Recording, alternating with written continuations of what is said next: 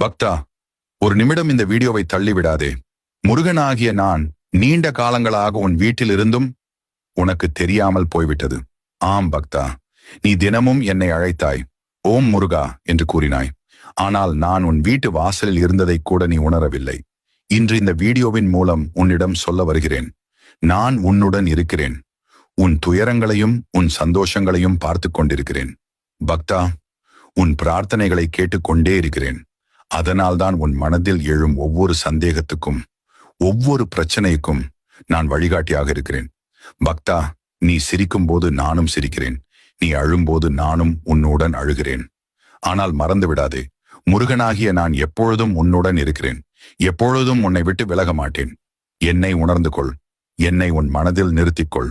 இந்த வீடியோவை பக்தா லைக் செய்யவும், சப்ஸ்கிரைப் செய்யவும், ஷேர் செய்யவும் மறக்காதே.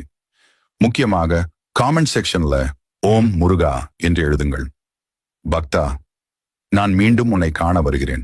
அதுவரை முருகனாகிய நான் உன்னுடன் இருப்பேன்.